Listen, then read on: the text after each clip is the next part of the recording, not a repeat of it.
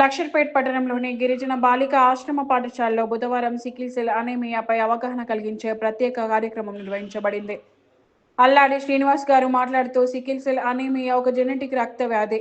ఈ వ్యాధిలో ఎర్ర రక్త కణాలు వక్రాకారంలోకి మారి రక్త ప్రసరణలో ఆటంకం కలిగిస్తాయి. ఇది ప్రధానంగా గిరిజన సమాజాల్లో ఎక్కువగా కనిపిస్తున్న సమస్య. ముందస్తుగా రక్త పరీక్షలు చేయించుకోవడం, వైద్య సలహాలు పాటించడం ద్వారా దీని ప్రభావాన్ని తగ్గించుకోవచ్చు. క్యారియర్గా ఉన్న వాళ్ళు ఇంకో క్యారియర్ను పెళ్లి చేసుకుంటే పుట్టే పిల్లలు సికిల్ సెల్ బారిన పడే అవకాశం ఉందని వారు వివరించారు. సబ్ యూనిట్ అధికారి నాందేవ్ మాట్లాడుతూ, సికిల్ సెల్ అనీమియా రుగ్మతకు సంబంధించిన లక్షణాలు, జాగ్రత్తలు మరియు చికిత్సా విధానాలపై ప్రతి ఒక్కరూ అవగాహన కలిగి ఉండడం చాలా అవసరం. ముఖ్యంగా గ్రామీణ గిరిజన ప్రాంతాల్లో ఎక్కువ శాతం బాధితులు ఉండడం వల్ల సమాజం మొత్తం అప్రమత్తంగా ఉండాలి అని తెలిపారు. అవగాహన కార్యక్రమం అనంతరం విద్యార్థులతో మాట్లాడించారు. అన్ని గిరిజన పాఠశాలలో సికిల్ సెల్ అనీమియా నిర్ధారణకై రక్త పరీక్షల శిబిరాలు నిర్వహిస్తున్నామన్నారు. కార్యక్రమంలో వెంకట్రావుపేట వైద్యాధికారి డాక్టర్ సతీష్, గిరిజన బాలిక ఆశ్రమ పాఠశాల ప్రధానోపాధ్యాయులు Rangu Satyanarayana, hostel welfare officer Mallareddy, ఏఎన్ఎంలు సుజాత, సుమిత్ర, హెల్త్ అసిస్టెంట్ గఫూర్, ఉపాధ్యాయ సిబ్బంది, విద్యార్థులు పాల్గొన్నారు. మండలంలో ఇప్పటి వరకు మనకు 400 మందికి సికిల్ సెల్ అనీమియా టెస్టులు నిర్వహించడం జరిగింది ర్యాపిడ్ కిట్ ద్వారా. దీంట్లో అనుమానిత 16 మందిని గుర్తించి వాళ్ళ బ్లడ్ శాంపిల్స్ని టీహబ్కి పంపించడం జరిగింది. దాంట్లో ఒక 10 మందికి సికిల్ సెల్ అనీమియా వ్యాధిగ్రస్తులుగా గుర్తించి వాళ్ళని జీజీహెచ్ మంచిర్యాలకి ట్రీట్మెంట్ కోసం రిఫర్ చేయడం జరుగుతుంది.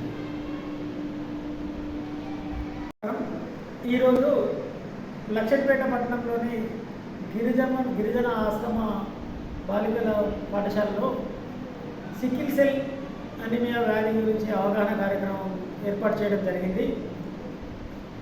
ఈ సికిల్ సెల్ అనీమియా అనే వ్యాధి రక్తానికి సంబంధించిన జన్యుపరమైన వ్యాధి. ఈ వ్యాధిలో ఎర్ర రక్త కణాలు సికిల్ సెల్ అంటే కొడవలి ఆకారంగా మారిపోయి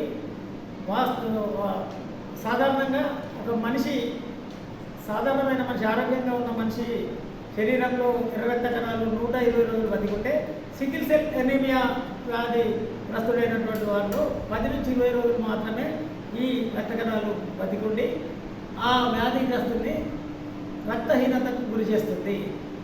అయితే 2023లో ఒక యజ్ఞంలాగా భారత ప్రభుత్వం ఈ కార్యక్రమాన్ని చేపట్టింది. National sickle cell anaemia elimination mission పేరిట ప్రధానమంత్రి నరేంద్ర మోడీ గారు ఈ కార్యక్రమాన్ని ప్రారంభించారు. అయితే కొన్ని సెలెక్టెడ్ స్టేట్లలో ఈ కార్యక్రమాన్ని తీసుకున్నారు. ఇప్పటి వరకు 7 కోట్లు, దాదాపు 0 నుంచి 40 సంవత్సరాల వయసున్న వాళ్ళకు 7 కోట్ల మందికి సికిల్ సెల్ వ్యాధి నిర్ధారణ పరీక్షలు జరిపారు. అన్ని ఆశ్రమ పాఠశాలల్లో, గిరిజన గూడాలలో, తండాలలో 40 సంవత్సరాల లోపు వాళ్ళందరికీ కూడా ఈ సికిల్ సెల్ పరీక్షలు జరుపుకోవాల్సిన అవసరం ఖచ్చితంగా ఉంది. ఈ కిట్ మెథడ్లో పరీక్ష చేసిన తర్వాత వారికి ఏమైనా సస్పెక్టెడ్ ఉంటే ఖచ్చితంగా మళ్ళీ హెచ్పిఎల్సి పరీక్ష కోసం శాంపిళ్లను టీహబ్కి పంపించి నిర్ధారణ చేసుకోవాల్సిన అవసరం ఉంది.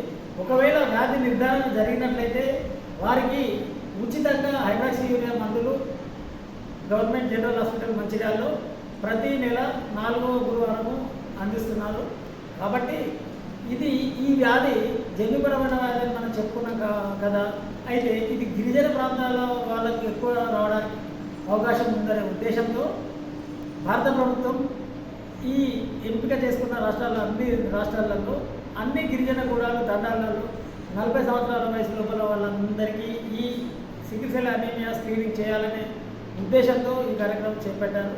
అయితే దీంట్లో పరీక్షలో 3 రకాల రిజల్ట్స్ మనకు వస్తాయి: నెగిటివ్, పాజిటివ్, క్యారియర్ అని, ట్రేట్ అని.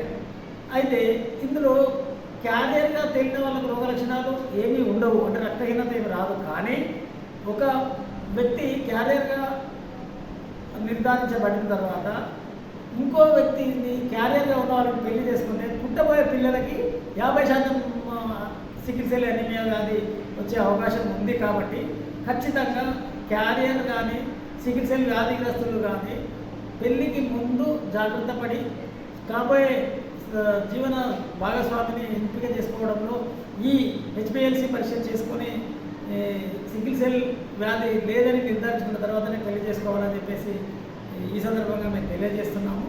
ఈ సికిల్ సెల్ వ్యాధి పట్ల ఖచ్చితంగా అందరూ అవగాహన కలిగి ఉండి దీన్ని 2047 వరకు భారతదేశంలో సికిల్ సెల్ వ్యాధి లేకుండా చేయాలనే ఉద్దేశంతో చేపట్టబడిన ఈ సికిల్ సెల్ ఎనీమియా ఎలిమినేషన్ మిషన్కు అందరూ తోడ్పడి ఈ వ్యాధి నిర్ధారణకు సహకరించాలని కోరుతున్నాం.